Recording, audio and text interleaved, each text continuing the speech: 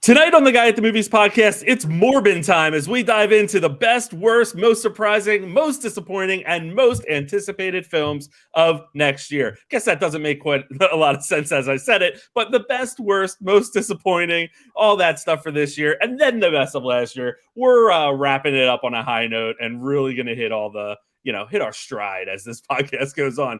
Episode 126, I think, is the best, huh? You went for a Morbin reference?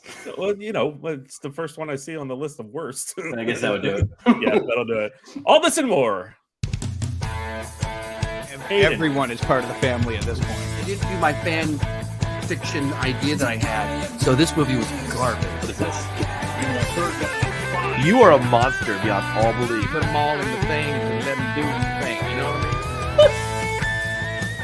How? You're lucky to have me back. You're never gonna get 60 million people because you're not a Super Bowl. Shut up! So chaotic. Welcome to the Guy at the Movies podcast. I am Joe. He is Sean. Happy holidays to all of you. Sean, how the hell was your Christmas? It was absolutely wonderful. I'm still working off, at this point, a 2-week head cold. So, just really, really psyched about that. So apologies we couldn't do a fun holiday episode in anticipation for Christmas to all our listeners. But I was dead to the world. You got hit hard. I still have it. I'm even today when I was headed to Babylon, which is a weird sentence to say. But I had a headache going into that movie, and here's my advice: don't go into that movie with a headache. I know you haven't written your review yet, but thumbs up, thumbs down, mid. Where are we at? We're at mid because okay. I love it's Chazelle. You love the technical aspects. But. Ugh, man, was this a tough one? This was a tough sit. Yeah. Well, we'll get into that next week. I'm sure. I still need to see it. I will do the predictions now. You're gonna despise it. I believe that to be true.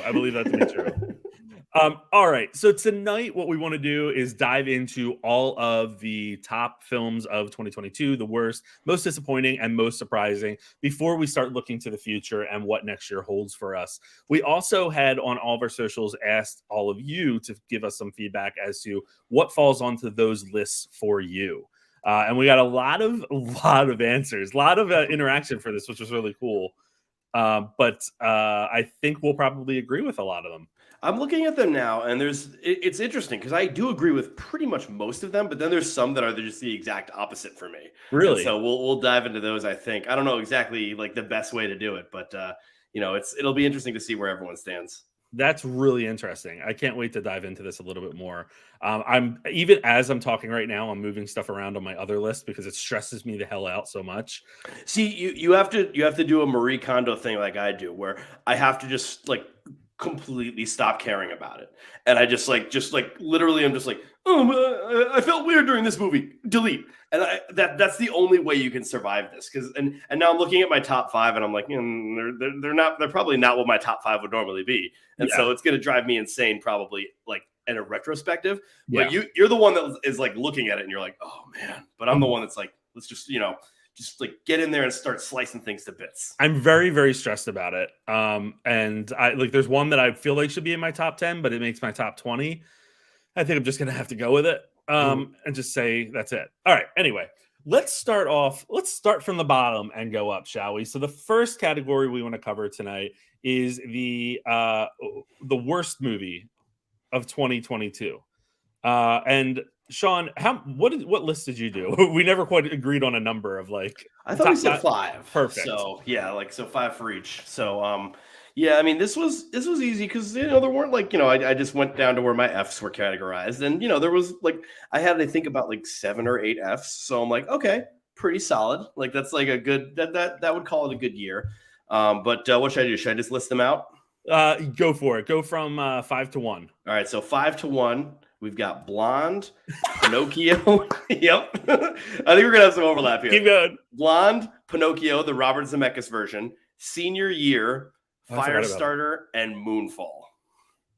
Okay, I'm with you on 3 of them. Nice. I actually didn't rank mine, but I'll tell you my 5. I kind of didn't either, but I'm just putting it like that because that's memory based. Pinocchio, Blonde, Moonfall, Lightyear, Oh yeah. and Studio 666. I forgot you just were That movie disappointed was by that one. horrendous. I also have like on the list as well, Something in the Dirt, which I mentioned when we did the halfway. Mhm. Where the Crawdads Sing, Deep Water, and Father Stew. Sorry. Father Stew. Oh my god. Not I Father love Stew that Reborn. Father Stew Reborn. Yeah, Father Stew Reborn is just that's unbelievable. So some of the movies that people picked out when they commented and sent in their selections for worst movie of the year, some ones that I'll mention real quick. Black Adam's on the list, Ambulance is on the list, Halloween Ends is on the list, 365 Days This Day, Dashcam, which I actually love Dashcam. Here's Dashcam. Yeah, I remember you talking about Dashcam. But that got some play in some of these categories. But the top three biggest ones, I would say, are Morbius, Moonfall, and Texas Chainsaw Massacre. All pretty fair. Like Morbius, there's like the slightest of enjoyment I got out of it, so I think I would leave it out. Yeah. But Texas Chainsaw Massacre, I don't think I put it in my disappointments, but I probably should have. It is a pretty terrific disappointment for me because I don't know why I was hoping for something good. I truly don't. I shouldn't have expected anything from like some sort of Netflix sequel to a sequel to a sequel. But yeah, Texas Chainsaw Massacre is like everything wrong with horror today. If you like, and there's some good horror today, but everything wrong with the bad horror today. Yeah, and that was quite bad. What was the one scene where like you're gonna get canceled, bro, or something like that? Oh god. Then it's followed by a great bus murder. But it's just like before that, it's just so freaking bad. It's like if millennials wrote horror movies and everything. If millennials wrote horror movies. That's not even kind. I don't know. That's saying something. No, that's I should rephrase that. It's if boomers wrote horror movies about millennials. There we go. That actually makes a lot of sense. Yeah. That clicks. Any that you think are controversial in terms of movies that you think are the worst of the year that you think other people are going to absolutely disagree with? So I'm looking at a few of these right here. Like, so some that I think are the worst that people disagree with. Yeah. I really, for the most part, I stood with most people. I'm trying to think of one that like really I didn't like that most other people liked. I know one of them was Not Okay, which was a Zoe Deutsch Hulu movie. Everyone else loved that. I was not that big of a fan. I thought it was like pretty rocky. And I loved the idea of it. It was a great like dark comedy idea, but it just didn't really fall through for me. Yeah, I think I'm right there with you. I would say also Blonde is one of the ones that's been very controversial. There's some people that absolutely love it. I read a list today of top 10 films from someone I respect, and they had Blonde on their list, and I was like, oh boy. That's interesting, honestly. That's interesting that some people would put Blonde there. I can't fathom that. I really can't. It was just really bad. I mean, I guess maybe just for the Ana de Armas transformation, she looks exactly like Marilyn Monroe thing, but that can't carry that far. Yeah, I agree with you there. Oh boy. Let's go into most disappointing. Indeed. There's probably some bleed over potentially. I'm gonna go. I have 8 of them on my list, and I'm trying to boil them down to 5. I'm just gonna mention the 8. Halloween Ends, disappointing. Doctor Strange in the Multiverse of Madness, controversy. Strange World, The 355, Lightyear, Dog with Channing Tatum. Oh yeah. The Lost City with Sandra Bullock and Channing Tatum, and Don't Worry, Darling. I thought you liked The Lost City. I was mid on it, but the more that I think about it, the more I was disappointed by the fact that it didn't live up to what I wanted it to. Yeah. So for my biggest disappointments, I think we're not too overlapping on this, but the first one is Ticket to Paradise, just because I really wanted that to be a fun romantic comedy. Really didn't work. This one's interesting, Bones and all. I don't know what I wanted from this, but I like, and everyone else loves this one, and so I'm thinking maybe I missed something, but I wanted this to be better. I was pretty bummed out. Don't Worry, Darling, because I remember when we ranted and raved about how amazing that trailer looks, and then that just kind of fell right apart very quickly. And then finally, I have Smile on here because I thought Smile was going to be pretty cool the way the campaign was run and everything. I thought they had like a dynamite marketing campaign. We could talk about that movie because that came up all over the board from the audience. So that'll be interesting to see where that goes. And finally, I have Smile, and then I have, of course, overlapping with you, Doctor Strange in the Multiverse of Madness. Yeah, I think you and I are kind of on the same page with that one. That we just, if you're going to call it Multiverse of Madness, make it mad. Like, let's Have go crazy. multiverses. It just is a bum out that didn't turn out to be the best multiverse movie of this year. Yeah, With everything everywhere all at once on there, which I think both of us might talk about later. true. Yes. Correct. Okay, good. It's like one of those things where like, wow, they just dropped the ball completely on that movie. And, and this is one that like a lot of people love. Friend of the pod, Matt, I get an argument about him, like a lot about it. And he's just like, I love this movie. I just think like the depth was just not even close to there. Yeah, I totally agree with that. And I think that a lot of people that wrote in from the audience agree with that. Doctor Strange in the Multiverse of Madness had a lot of votes. Thor Love and Thunder had a lot of votes. It's interesting that both of us didn't put that on our most disappointing. I loved Thor Love and Thunder.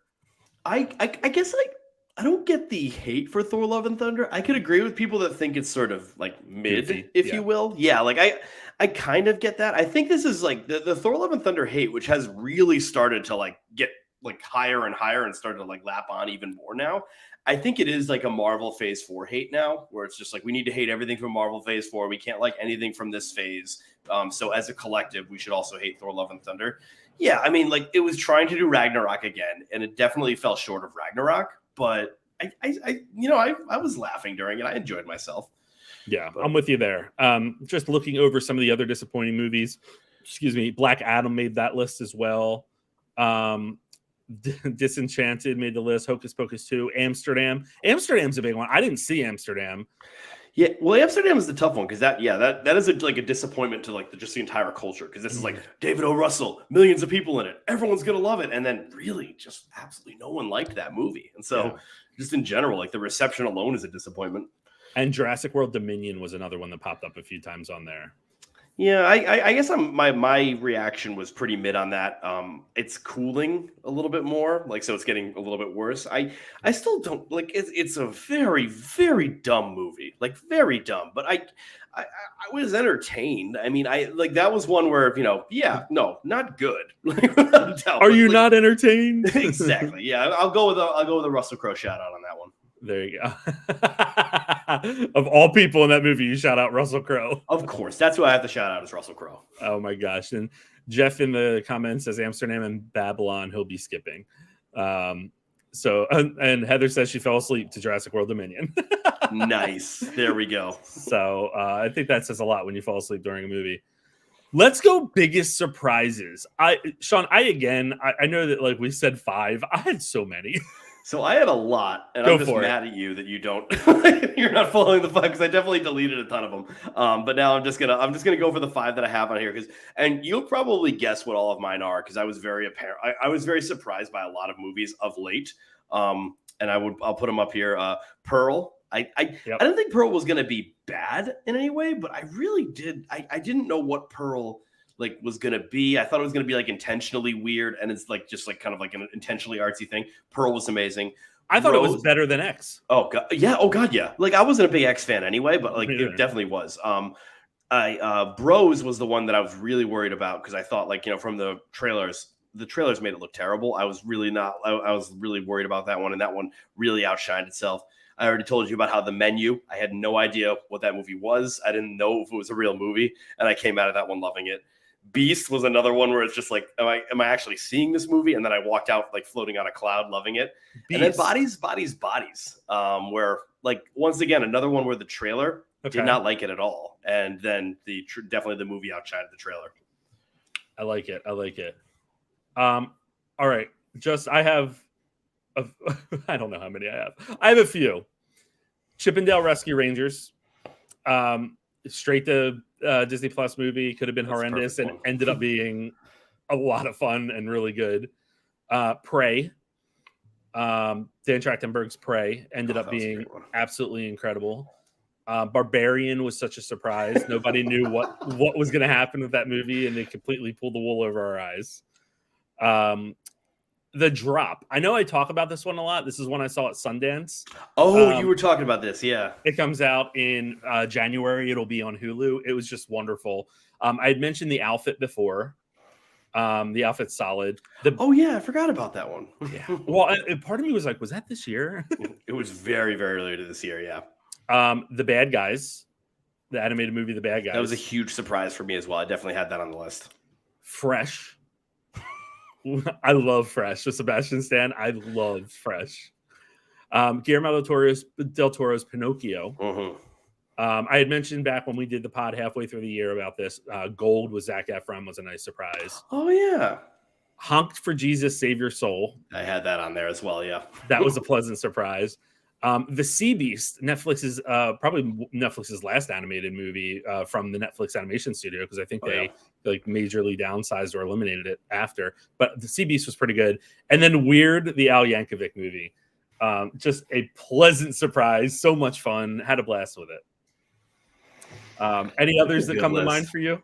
A lot of those that you said were ones that I had. Like, I remember The Bad Guys was when I literally said, I'm not watching this. There's no point to me watching this. This is dumb. And then like when the reviews came out, I said, okay, I guess. And I was really blown away by how good that was. I was really surprised, very pleasantly surprised. I mean, I'd say like this is going to be showing up on my other list, so spoiler alert there. But I like Top Gun Maverick was a surprise for me. True, that's a good point. Yeah, I put it in the other list, but like Top Gun Maverick, just like I remember we kind of like dished on the second trailer, which is it's not a good second trailer. It's a very like, plot heavy, like talking about the legacy sequel kind of stuff. And so I thought that was going to be a rough one, and that turned out to be one of the best of the year for me, at least. Yeah, we'll be talking about that one shortly. Oh God, yes. Oh my gosh. Other surprising movies from people in the audience: Smile, RRR. Everything everywhere all at once, Top Gun Maverick, Good Luck to You, Leo Grande, Puss in Boots: The Last Wish, still one I haven't seen, but people are like obsessed with this movie. I don't want to see this movie, dude. And I know once I see it, I'm gonna like probably like it, but I don't know. I haven't seen I haven't seen the first Puss in Boots movie. Is there only one? I think so. God, maybe. But like this does look kind of good now based on the animation and everything, but God, the Puss in Boots movie. I'll have time this week, so I'm probably seeing it. But does it look good because people are talking about it favorably? Because I think, like, to me, it looks the same as it did when I first saw a trailer for it a while ago. But people were talking about it, so I'm like, there's got to be something there. Something about it. The animation looks better because they're doing 2D animation, right? And so that might be the one moment where like I am actually sort of like liking that a little bit more, where there's the two-dimensional animation stuff, like a lot in there. The animation does look a little bit more sophisticated than the typical Shrek film. Not that was poor animation, but it was like, a computer animation that was sophisticated at that time. But they definitely have like they're expanding that art form, and I always appreciate that kind of stuff. But I mean, right now they're calling it as Puss in Boots might be with a 5th on the slot, which really sucks, dude. There's better animated out there. Can you remember an animated movie that changed its style of animation, not improved its style of animation, but changed its style between the first and second, or like between films? Well, not many animated movies get up to, I think, what is this, like 6 films at this point. So that's the tough part, is like I can't even think of anything that did that. But no, I mean, mainly because most of them were a part of one studio. Like if I think of animated films with sequels, most of them are Pixar, and Pixar doesn't really change the style. I guess, Toy Story. Like you look at the first Toy Story versus the fourth Toy Story, very, very different animation. Now that's just because, Pixar screws themselves up and time and stuff like that. And Toy Story was literally literally a science experiment. They're just like, can we do this? And they pulled it off. But like that might be the main issue there. It's funny because I don't even consider this one of 6. I mean, as soon as they spun off to Puss in Boots, then I consider that like the start of the new. So just thinking about like Puss in Boots to Puss in Boots: The Last Wish. Yeah. It's also been 11 years, I think. Oh God, was it? I guess so. Yeah. I'm trying to think of if I really would like someone diagrammed this and they said that Puss in Boots is a sequel to a spinoff of a sequel. It's kind of crazy, isn't it? It's basically, because it wasn't in the first movie. He is a character from the sequel, and it's a spinoff from that. And then literally this is a sequel to that, which is, it's an interesting little tree diagram if they ever wanted to go for it. Yeah, that's kind of insane. All right, Sean, let's get into. We're moving through these fast, so we're like, hey, end of year, let's wrap it up quick. we got this going on, yeah. So we're gonna spend a lot of time on the best movie, especially what these guys are saying on here, because they have a lot of the movies I would have had as well. So this is gonna be good. And what's interesting is, out of all of the responses we got, these were the ones that were like most consistent. Like meaning that the list isn't that huge. Yeah. Which is kind of crazy. All right, Sean. Here's my top 5. Oh, we're doing top 5 for this one? Top 5, yeah. All right.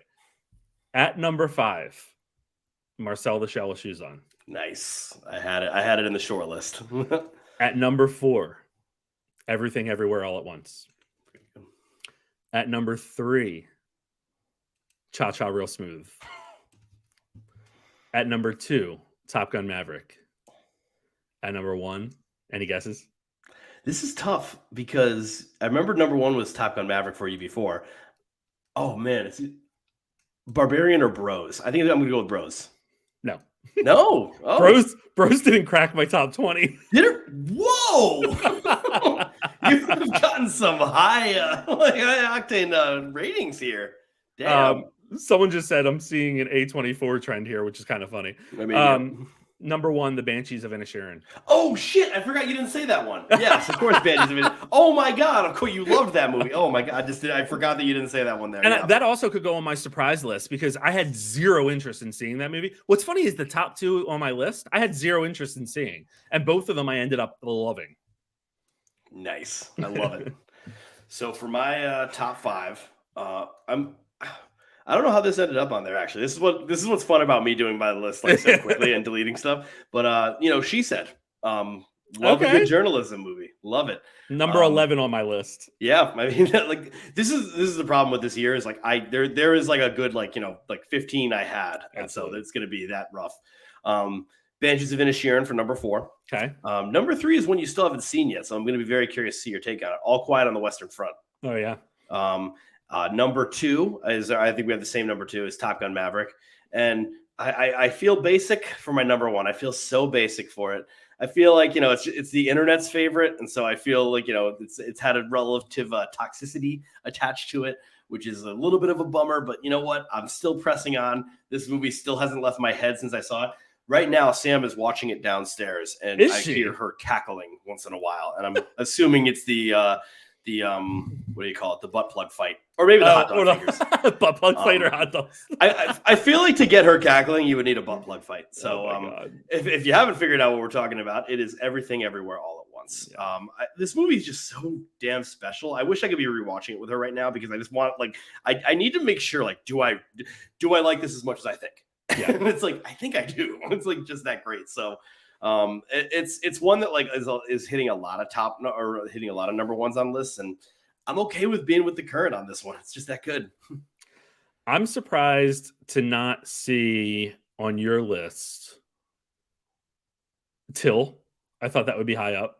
Till I gave a B actually. Okay. If I'm looking at performances, Daniel Deadwyler is going to be very top of the list. But Till, there was some stuff I didn't love about it, but still a great movie. Well, and that's also interesting because there's some movies on my list that I put at 4 that are apparently I never rated The Banshees of Inisherin based on this. My letterbox is being really weird, but anyway, there's some that I gave 4 that like cracked my list above. Oh wait, maybe not. Now that I'm looking again. Oh wow, the way that it finally worked out. The only one on my top 20 list that was at 4 is number 20, After Sun. Oh, I was surprised when I saw a 4 out of 5 review on that because you really loved that movie. I love it. It's one that makes you think a lot after you see it. I wanted more from it, but I think it was really well done for what it was. Do you want the rest of mine? I want your opinions on this. Go, do it up. I always do top 20 because I can't settle on top 10. Number 6, The Fabelmans. Number 7, spoiler alert. Number 8, Good Luck to You, Leo Grande.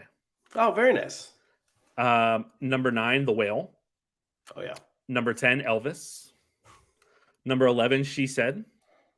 Number 12, The Woman King. Number 13, Black Panther, Wakanda Forever. Number 14, Prey. Number 15, Avatar, The Way of Water. Number 16, You Won't Be Alone, horror movie that came out earlier this year. Was it Sundance? Oh yeah, I never saw that one, but yeah. So good. Number 17. This is one that a lot of people are putting on their worst list, and I loved it. It was like one of the best. This is one of a few incredible theatrical experiences up there with Top Gun and Avatar this year for me. Ambulance. I had so much fun with Ambulance. You know, it's funny when you said ambulance, I heard emergency. The it was a very different movie. Very, very different movie. 18, I put Fresh on there. 19, I put Till, and then 20, After Sun. Very nice. Yeah, I would agree with most of those. I think pretty close to them. The caveat that this is probably likely will change in the next couple of days. See, that's why, like, in the next couple of days, I'm putting out my 10, and it's like, that's what it is. Yeah. I'm done with this year. Like, you know, I saw Babylon today, which is not going to change anything. But that's, you know, that's pretty much it right there. Let's talk about what our audience participation list looked like. The top 3, and what's funny is I wonder where this falls for you. The Batman was on there as one of the best of the year. Did that fall on any of your lists? I think, like, you know, when I'm making one of these lists and I have to narrow down a lot, there's like the tiniest little thing that I always think about. And so, like, you know, if there's like these tiny flaws with these movies that I thought were pretty damn awesome, I'll just quickly like take it off and just like I just think about that stuff. So the Batman was just like a little bit too long. Boom. So other than that, I think I love the Batman. So if people want to say that's like, you know, on their top 10, I'm not going to disagree. I liked that movie quite a bit. It was a very interesting iteration to the story. So like I'm game for that. It just wasn't really like you know, and not like a little bit too long in the sense of like, yeah, they didn't need 5 minutes of him on the motorbike at the very end. Like, just, you know, like a good 5 seconds covers that you know, final moment. I didn't love it. Yeah, you weren't a fan of that one, yeah. But it was a very artsy rendition of the Batman, which like, and also there's the is it necessary, and it's like no, but you know, I mean, like I still enjoyed a different corner of it, which you know, everything's like always now flown into chaos with the DC. It's like, you know, is this Batman a part of it? Stuff like that? I'm like, these are just separate. Like, let DC do their separate shit. It's more fun that way. Well, like, you saw what was trending today on Twitter. Well, maybe you didn't. You're not a big Twitter guy. No. Hashtag Gunn and Safran out. Jesus Christ. It's like getting vicious. And that's a whole nother conversation. But others that people mentioned, Everything Everywhere All at Once, Top Gun Maverick. Scream was on this list. That was very interesting to see. And but Scream was one of your top 3 actually back when we did this in June, I believe it was. It's not even hitting the top 10 now, I think. But you know, I think it's just because of there's definitely a latency bias or recency bias, probably. Yeah, that you know, that's probably why it's just not being as remembered fondly. It's still a dynamite horror movie. I like that Nope is on here. Yeah, and because Nope has been one that has definitely grown on me. I mean, I loved it when I saw it, but it's one that I'm just thinking this was really good, and I'm really fascinated on like Peele reflecting on himself as a filmmaker, and so I loved that, like, that's what he went with for his, you know, 3rd big movie. Right. Yeah, I'm with you there. Smile also cracked this list from the audience. Smile was a huge hit. Wait, I just want people to know what you just, I mean, they heard it, but you also just went I just hated that ending so much, but I you know what, like I always gauge success based on, like, you know, when my students ask me if I've seen a movie, and all of my students saw Smile. And cool. Kids don't see movies anymore. So the fact that they all went to see Smile and they all like either like loved it or hated it or like were like scared the entire time or something like that. And it did that, by the way. It managed to scare the living shit out of me for the majority of the movie. So like props to it. I just think it just went in a direction that didn't work. But I mean, I like that people got passionate about that movie. It's one that, like, it's still pretty damn okay. So I'm happy that people are there. What's most interesting is that you teach 2nd grade, so the fact that your students, I'm kidding. That would be amazing. They're like, Mr. Phelps, did you see Smile? And I'm like, yeah. Mr. Phelps, what did you think of the commentary on the industry and Nope? Do you think mental health was properly represented in Smile? Oh my God. All right. Well, shutting the door on 2022 podcast wise, looking forward to 2023. there's quite a lot that's coming out, and we're at the point where we're starting to get trailers for what we're going to see early next year. But there's a lot of big ones that people are anticipating. I'm going to turn to you, Sean, to kick us off here. I once again have a list of 10, but go for it, Sean. Most anticipated. I have 5, but I'll be able to talk about a lot more because there's plenty I'm excited for. But starting from the top, and there's really no real order, but Killers of the Flower Moon, which I was excited for last freaking year, but it got pushed. I don't know if that was Scorsese honoring Spielberg or just, or Scorsese is working on an insanely high budget movie again and couldn't get it finished in time. Probably that one. Also one that was pretty popular from the audience. Yes, exactly. So that's like one that I'm really excited for, like Killers of the Flower Moon in there. I'm excited for, hopefully, please, Nolan's going to be a little bit less weird with Oppenheimer. And just kind of do something a little bit more normal. Like maybe don't tell a story out of fucking order anymore. Tenet was just a bit of a headache for me. It was fine, I guess, but it was just so much of a headache. And Oppenheimer does seem like this fascinating movie that I'm ready for. Completely changing gears.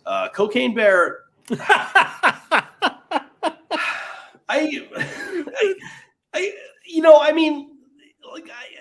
This is supposed to be a movie that I'm supposed to hate. This is supposed to be a movie trend I'm supposed to hate, where it's the so bad it's good and bad intentionally. This looks like such a fun time. Cocaine Bear is on there. And that's great. I will confess, for this one, I did look at the audience ones and I picked out 5 from the audience. So I wasn't totally thinking too much about this.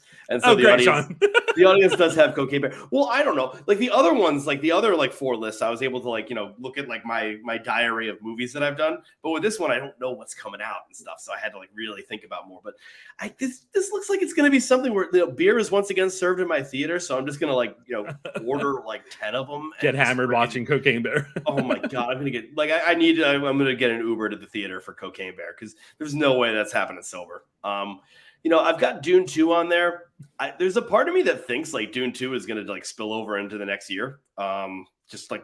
Villeneuve is going to want it perfect, and I don't think Warner Brothers is going to question it. So there's this weird feeling I had that's going to be 2024. I don't know if that's true. I don't know that's just no inside the industry stuff. Just a weird feeling there. And then finally, the trailer just recently came out. This movie looks insane. I don't know how it can be good, but it's going to be it looks like it's going to be good. It's Barbie. When it comes to Barbie, if Greta Gerwig wasn't filming this one, I don't know what I'd feel, but I probably wouldn't feel too great about it. I'd just be like, this looks kind of silly. But with Gerwig and Baumbach both involved in this one, and just the crazy production design, and it doesn't look like it's going to be a shill for Mattel, which that movie would have a right to be. Right. It's just it looks like it's going to be a criticism on the product itself, possibly, or society's implications on it, or it's just going to be a Barbie movie, and we're all taking this way too seriously, and we're going to look foolish. I don't really know, but that trailer did tell us this is going to be a little bit crazy. I compared my movie to 2001: A Space Odyssey. So yeah, let's fucking go. Just right there, I was just okay, let's do this thing. She's going for it. It looks bonkers, but really, it's going to be the weirdest thing in the world that neither Oppenheimer or Barbie are blinking, and they're just coming out on the same weekend. And that's not a big deal. Friday, Saturday, done. You see them both. But I can't fathom the fact that those two gigantic movies, really through cinephile directors, are coming out on the same weekend. Yeah, that is going to be kind of fascinating. I wonder if one does end up getting bumped up a week or back a week, depending on what the landscape looks like at that point. It'll be interesting.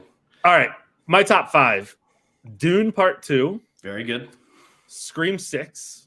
Oh yeah, that was on my short list, definitely. I can't wait for Scream. This one takes a little explanation.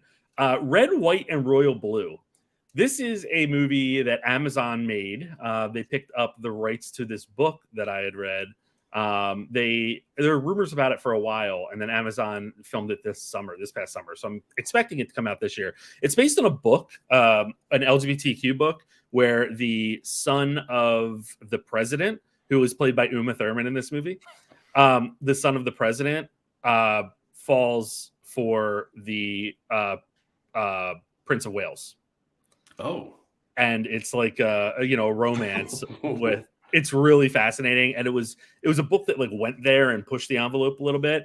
It also like is a book where you're reading it and you're like, ooh, like I need to start dating, like something like that. But it was really good, and I've seen some pictures of like the two co-leads who they cast, and they look like exactly how I would have imagined. So that's kind of like a guilty pleasure that the book was so good. It was a big hit book, so I'm hopeful that Amazon will do it justice when they release it. But haven't heard anything about it other than they posted in like July, maybe it was July, that they had wrapped. So it does exist. It does exist. Guardians of the Galaxy Volume 3. I'm very interested to see how they wrap this up, even though I did not care for Volume 2. Same. Knock at the Cabin. That trailer that came out this week really got me going. I hope that they didn't show the entire thing there. That's my issue. I'm grateful that it's a little bit less confusing, but a part of me says they showed a little bit too much of themselves in that trailer. But you know, I think there's still enough that's there that's going to be pretty insane. Well, and it's funny because I showed it to my dad, and he goes, "Oh, so the world really is ending?" And I was like, "Or is it?" That's the one news report they show or whatever. Yeah. Yeah. Well, the news report, and then the plane that's coming down. Oh yes. I was like, that one freaked me out, especially because there's been that one plane ride recently that people were on that was like the turbulence had people like hitting the ceiling and stuff. And oh geez. Oh yeah. Goodbye. Number 6, Barbie. Number 7, Oppenheimer. Number 8, Ant-Man and the Wasp: Quantumania. I'm expecting a lot from Ant-Man and the Wasp: Quantumania. 1, because they introduced Kang. 2, because it's the quantum realm. And 3, because it's kicking off Phase 5. Yeah. And I hope it's good. I'm worried about that movie. I am. I don't know why. I think it's just that, you know, Ant-Man standalone movies usually don't carry the entire MCU into the next phase. So there's a part of me that's worried about this one having a very, very different tone. It still looks amazing. It still looks crazy good and like, you know, a fun little world and everything. So like, I'm, you know, wait, am I going to see it? Yeah, I'm seeing it. I'm seeing it the week it comes out. But like, there's a worry I have for that one. If I was gonna like root for an MCU movie, I think it would be Guardians of the Galaxy Volume 3, like as well. I'm excited to see that one. And also, I thought I had Knock at the Cabin on mine. I must have bumped it off, but because I'm just so grateful for M. Night Shyamalan. I dislike a lot of his movies, like most people. Yeah. But there's something about him where there's been this culture surrounding him, whether it is ganging up on him and hating him, or it is just like appreciating what he does, which it's not good dialogue always, but it's just there's always something to his movies that does work. And so, like, I'll be very curious to see what this one like where this one lands, because he's a very unpredictable wild card. And listen, I've been a broken record with this, but the fact that it's based on a book gives me some comfort. That's very true. There are guideposts for the storytelling. That is very true. Unless he was like, "We're doing our own ending," in which case that won't be great. The next, so 2 more to go. I'll just say number 10 was The Little Mermaid. I love Disney live action movies, and I think Halle Berry is going to knock it out of the park, and I can't wait for all the hateful people to eat crow. The last one. So going through this, I realized that there are 4 DC movies that are scheduled for next year, and I didn't put any on my list except for this one. I put Blue Beetle on my list. Very interested in that. Very excited for a new character that I don't know much about. And from all the test screenings, it sounds like it's really kind of hitting home with a lot of people, and people are enjoying the family, enjoying the lead, and enjoying the story. So really want to see that. But I didn't put, that doesn't mean I'm not excited about Shazam, Fear of the Gods, Aquaman and the Lost Kingdom, or The Flash. But kind of, I guess, yeah, it does mean that as well. It's just that I don't know what to make of those movies now, because they're holdovers from the previous direction that the DC extended universe at the time was going through, or moving towards the direction they were going. That. So, are they just dumping these movies? Are they going to fit into what's happening in the future? If you read the internet comments, it sounds like, Shazam, Zachary Levi, it was kind of saying like he's not going anywhere. Aquaman, the first Aquaman was a huge hit, so I doubt they're going to just like want to dump that and be done with it unless this one completely tanks. And then The Flash just has so much turmoil around it. I don't know. I really don't know.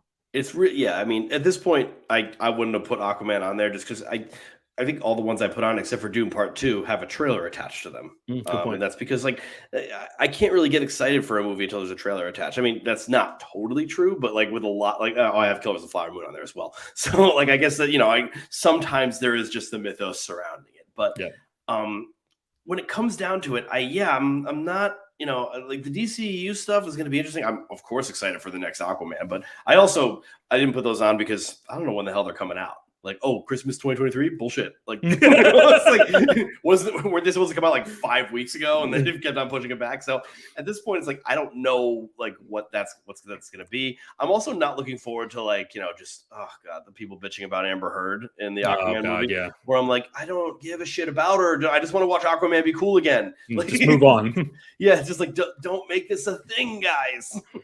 Sean, 3 that we didn't mention that our audience had mentioned: Across the Spider-Verse, the new Spider-Verse movie, Indiana Jones and the Dial Soap of Destiny, and then Mission Impossible: Dead Reckoning Part 1. Thoughts? So I'm alone. I'm on an island here. I'm not a huge Mission Impossible guy. Me neither. I think that these stunts are amazing. They're exceptional. They're awe-inspiring, and I think that's all those movies are. Mm-hmm. And so, listen, that's Henry fine. Cavill That's was in it cool. with a mustache. So and Henry Cavill does the crazy arm cock thing, which like they've tried to, like, it's unbelievable. So at that point, it's like, okay, there's some cool things with the Mission Impossible movies, but there are moments where like literally the plot is strung together just to show those like those stunts, and I'm like, well, okay, that's a little bit silly now. I want to actually see something, you know, like an actual plot assembled. But at the same time, you know, this is coming off of Top Gun Maverick.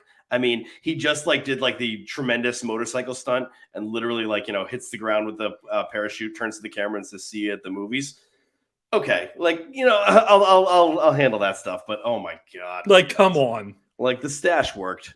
Yeah, it worked for this and not for Justice League. But they should have just kept it on him in Justice League as well. Just, you know, like in those scenes, like who cares? He's really going through it.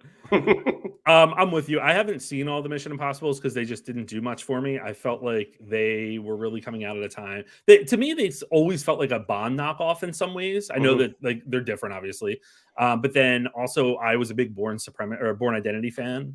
That whole series, so that was coming out around the time that some of the Mission Impossibles were, and I just never really fell into it. I don't know. Spider-Verse across was it Spider-Verse across the Spider-Verse? Spider-Man across the Spider-Verse, yeah.